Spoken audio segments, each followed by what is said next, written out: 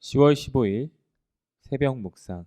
오늘 주신 하나님의 말씀은 신명기 21장 10절에서 17절까지 말씀입니다.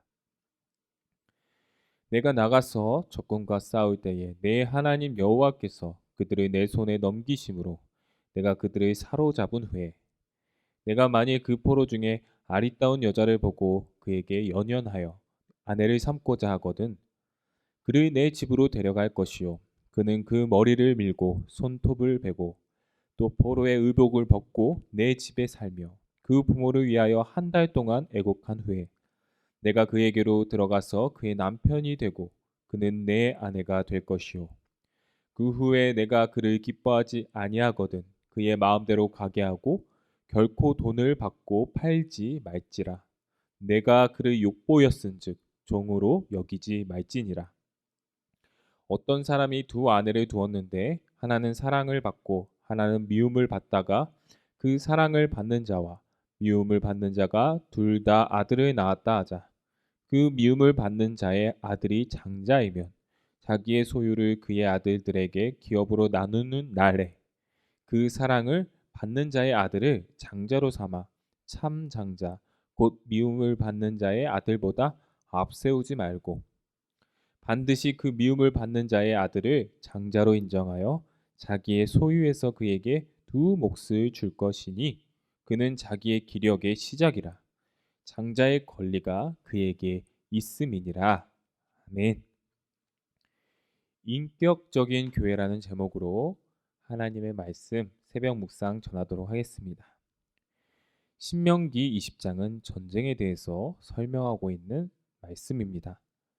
지금 세계는 과거의 역사와 비교해 보면 사륙과 파괴가 일어나는 전쟁을 기피하고 실제로 전쟁이 많이 일어나는 편은 아닌 것 같습니다. 그러나 신명기가 기록된 시기 고대 근동 국가들은 전쟁이 아주 많았습니다. 전쟁이 일어나면 많은 포로와 노예들이 생겨나게 됩니다. 대부분 정복 국가들은 이들을 상품으로 팔고 인격적인 대우를 하지 않는 경우가 많았습니다. 이렇듯 전쟁이 일어날 때에는 인간의 추악함과 이기적인 욕심이 더욱더 극적으로 드러나게 된다는 것이죠. 그러나 하나님의 백성은 세상의 욕심과 약육 강식이 아닌 하나님의 방법대로 전쟁을 진행해야 합니다. 또한 전쟁 가운데서도 하나님의 성품을 드러낼 줄 알아야 된다는 것이죠. 종종 이스라엘 군인들은 여자 포로를 아내로 삼고 싶어하는 자들이 있었습니다. 여기서 말하는 여자 포로는 가나안 사람들이 아니라 가나안 사람들은 진멸하라고 하셨죠. 그 이전에 가나안 땅 밖에서 붙잡아온 그리고 그 이후에 이스라엘 백성들이 잡아온 포로를 말하는 것 같습니다. 모세는 이러한 포로와 결혼할 수 있는 방법을 알려주고 있습니다.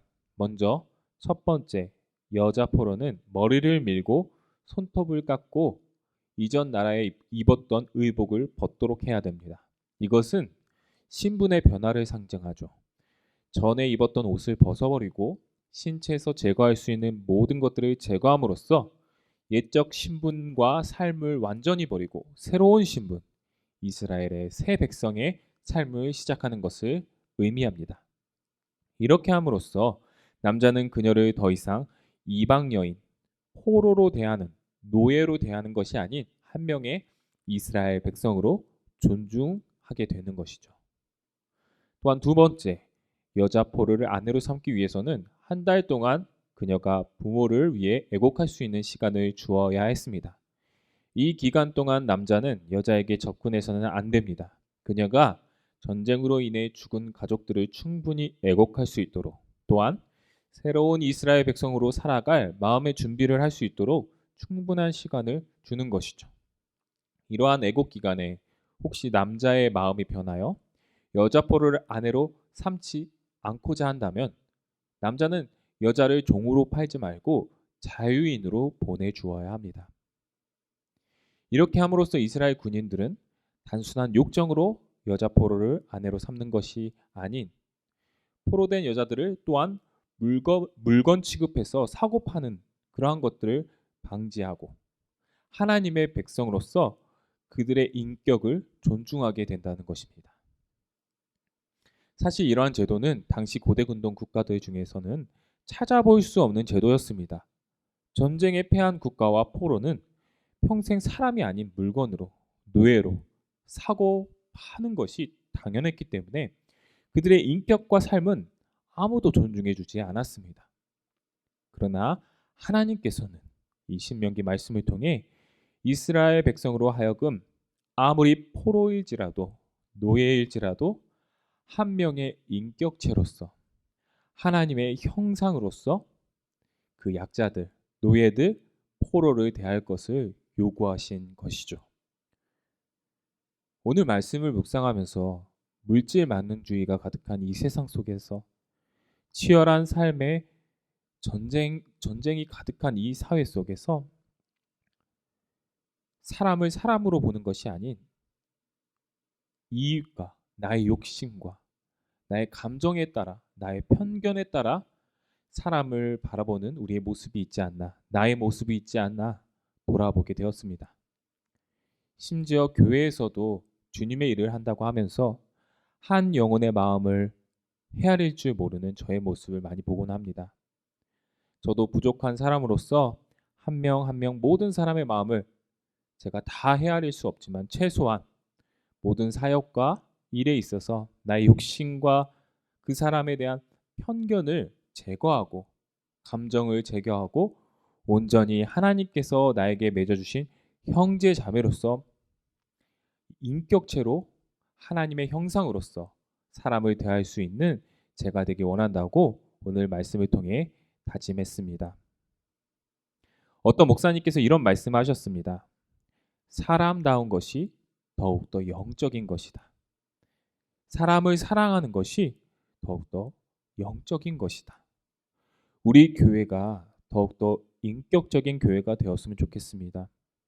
나의 감정과 욕심, 편견과 차별로 사람을 바라보는 것이 아닌 모든 사람을 하나님께서 사랑하시는 귀한 인격체로서 하나님의 형상으로서 그들을 사랑하고 서로 사랑하고 존중하고 섬기는 우리 인격적인 공동체, 우리 연희교회 성도 여러분, 저와 여러분이 되시길 주님의 이름으로 간절히 소망합니다. 기도하겠습니다. 하나님, 우리가 하나님을 사랑하지만 사람을 사랑하지 못할 때가 너무 많이 있습니다. 그만큼 사람과의 관계에 있어서 우리의 죄 때문에 너무나도 크고 작은 일이 있습니다. 문제들이 있습니다. 그러나 주님, 우리가 주님의 마음을 품을 수 있도록 도와주시옵소서.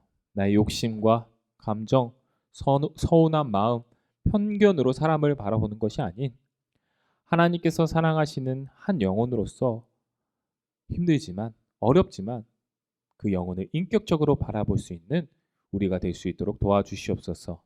그리하여 주님의 마음으로 사람을 더욱 사랑하고 교회 공동체를 더욱 사랑으로 섬길 수 있는 우리 연희교회가 될 수 있도록 인도하여 주시옵소서.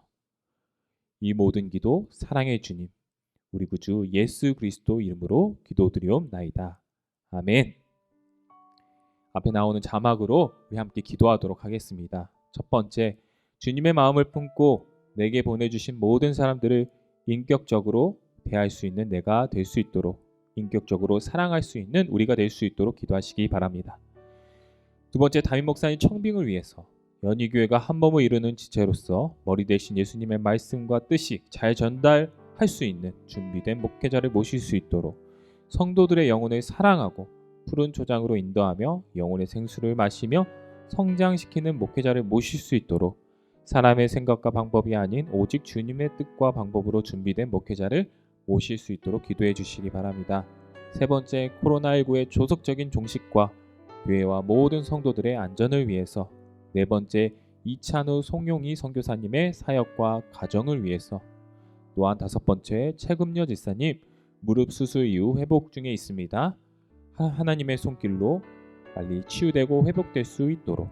마지막으로 수험생들을 위하여 코로나로 인한 어려운 상황 가운데서도 수능시험 12월 3일 입시 준비를 잘 준비할 수 있도록 강인우, 김나리, 김은지, 박재원, 이문영, 이재윤, 이지원, 전준원, 함동영, 박종원 학생들 이름을 불러가며 다 함께 기도하도록 하겠습니다. 다 함께 기도하시겠습니다.